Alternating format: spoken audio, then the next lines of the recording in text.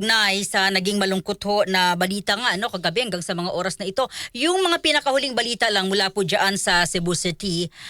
Asek, magandang hapon po. Live po kayo sa RMNDZ XL Manila. Si Lourdes po ito, sir. Yes, magandang hapon.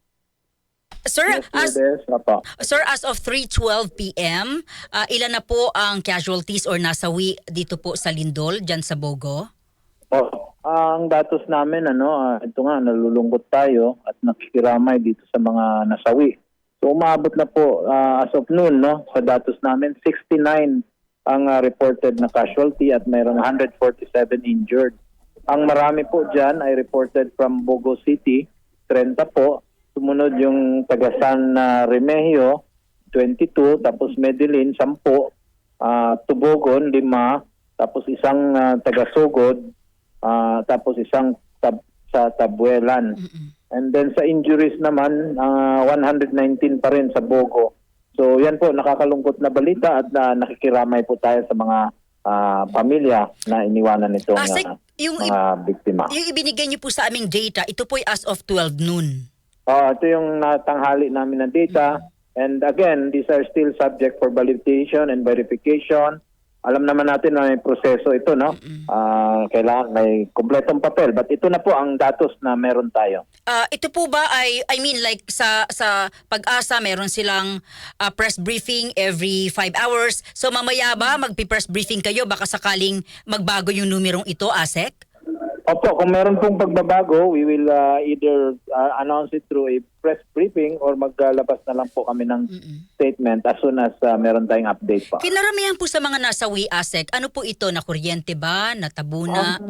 Karamihan po ay nadaganan or naipit dahil sa mga fallen debris. Yun po ang ulat na na-receive natin sa karamihan na nasawi. But of course, yun nga, binabalidate ito. At tinitingnan talaga kung ano ang cause of death. Asek, sa 69, may bata ho ba or minor? Hindi pa namin nakuha talaga yung talagang breakdown nito. But meron po. Based sa report namin, hindi ko lang matandaan kung may mga bata po at may babae, may lalaki. 3:50 na po ngayon. May mga ulat ho bang missing? Like mga dumadaing, lumalapit sa inyo. Yung kuya ko, hindi ko makita. Yung ate ko, nawawala. Wala naman po.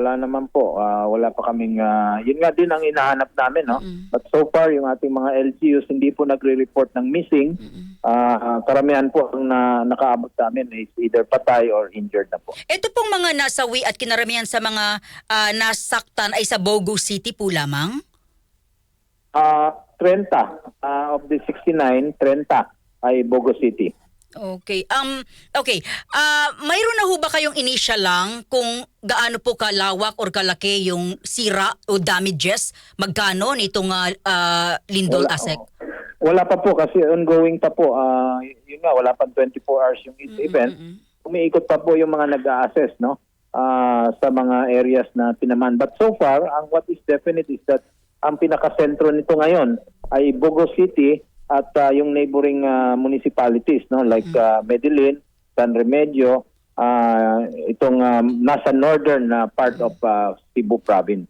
Asek, kasi kami sa Manila, marami nagtatanong, yung Bogo Suba, mapapasok naman siya as of this moment? Or Opo, naabot naman siya kasi yung ating national highway from Cebu City hanggang Bogo City ay bukas naman po. Meron lang area na single lane kasi may mga nasira but tuloy-tuloy naman po nadadaanan at naaabot naman ng ating mga helicopters. Kuryente, tubig, meron ho ba as of this moment, Asek? Problema po ngayon ang kuryente kasi hindi pa rin stable, wala pa rin kuryente doon sa most parts of Cebu.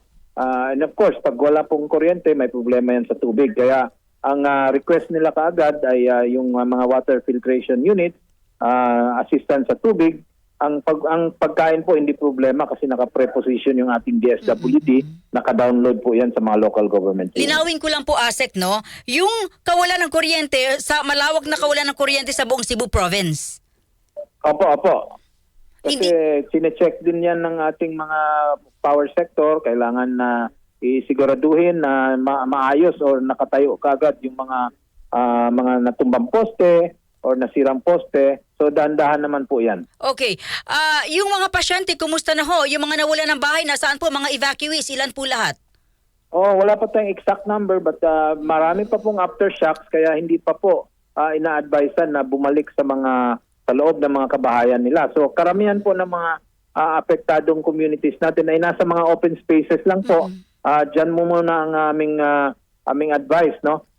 Ngayon, titingnan natin ngayong hapon kung talagang hindi pa pwede at malakas pa ang aftershock ay ina-advisean natin na sa labas din muna sa mga open spaces po muna manatili. Sabi niyo ho, walang problema sa pagkain. Pero sa doktor, nurses, sa mga gamot, okay po ba?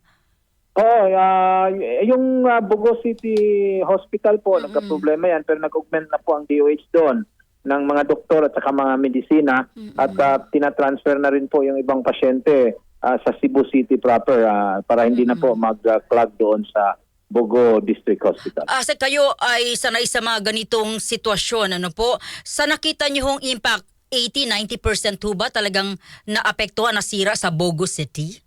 Hindi ko masabi but marami po, majority po ng mga bahay doon ay talagang apektado. So antayin po natin yung exact assessment, inaantay din namin yan but medyo apektado po ang majority ng mga kabahayan doon sa Bogo po.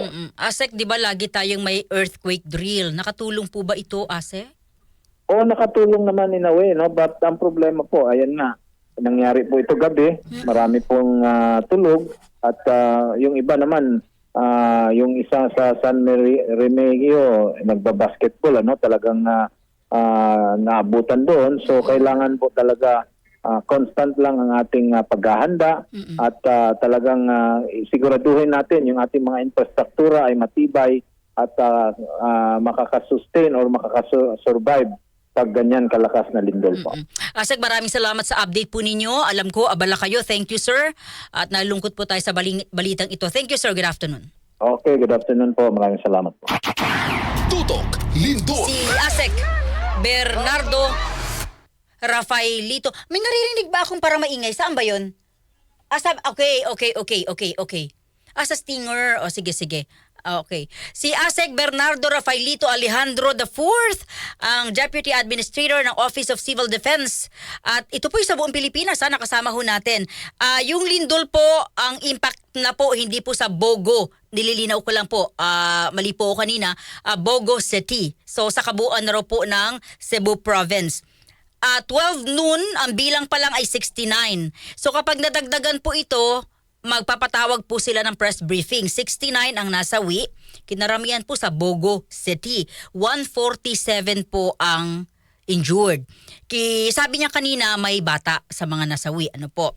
Lahat ho, kinaramihan ay nadaganan ng mga debris.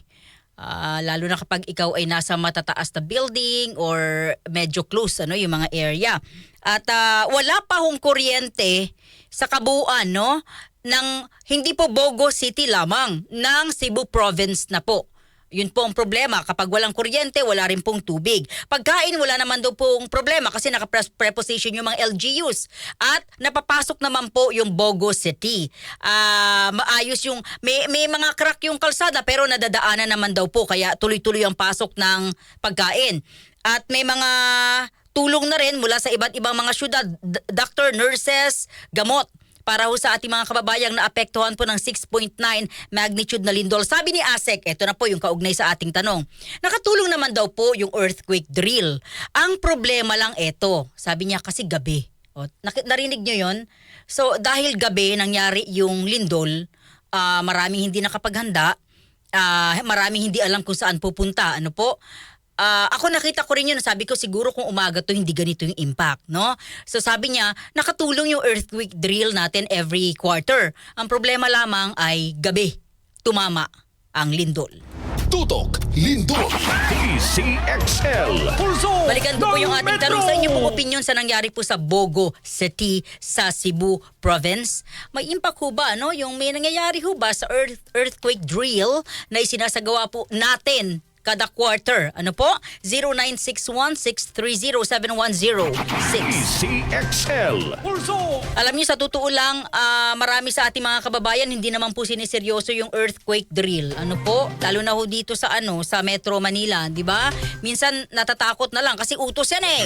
Utos yan, kailangan sumunod ka. Pero kung alam niyo na yung mga dapat nyong gawin, dapat laging tatandaan kasi ito lang yun eh. Kahit alam mo yung dapat mong gawin, kapag naandyan na po talaga yung sakuna, hindi mo po maalala yung iyong dapat na gagawin. Kaya nga laging sinasabi, di ba, common sense. Halimbawa lang ako, di ba, tinuturuan ako para sa injection. Nung nakakita na ako ng dugo, hala, hindi ko na alam ang gagawin, nataranta na ako.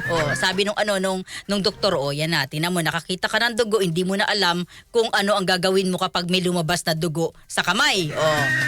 Kahit tinuturuan ka, ganun yun eh. Di ba, alam mo yung mga dapat mong gawin, ready ka, pero kapag doon ka na sa aktual, hala, anong gagawin ko? Saan ako tatakbo? Saan ako magtatago? Naku, ingat po tayo mga kasama at patuloy po nating ipagdasal yung ating mga kababayan sa Bogo City o sa kabuuan po ng Cebu Province. Tutok. Lindol. DCXL. Pulso. Oras po natin mga kasama, tatak 3:23. DCXL. Pulso ng Metro. Cellphone Plus Gold. Ako si Morito na namamaga ang aking atay. Sa loob ng 2 linggo na paggamit ko ng Santon Plus Gold, nawala ang pamamaga sa aking atay. Maraming salamat sa Santon Plus Gold. Cellphone Plus Gold. Mas pinalakas, pinagaling, pinahusay. Cellphone Plus Gold. Mabibili sa mga butika. Cellphone Gold Coffee Mix. Ako si Maluisang teacher. Sabi nila, okay sa joints ang collagen. Ang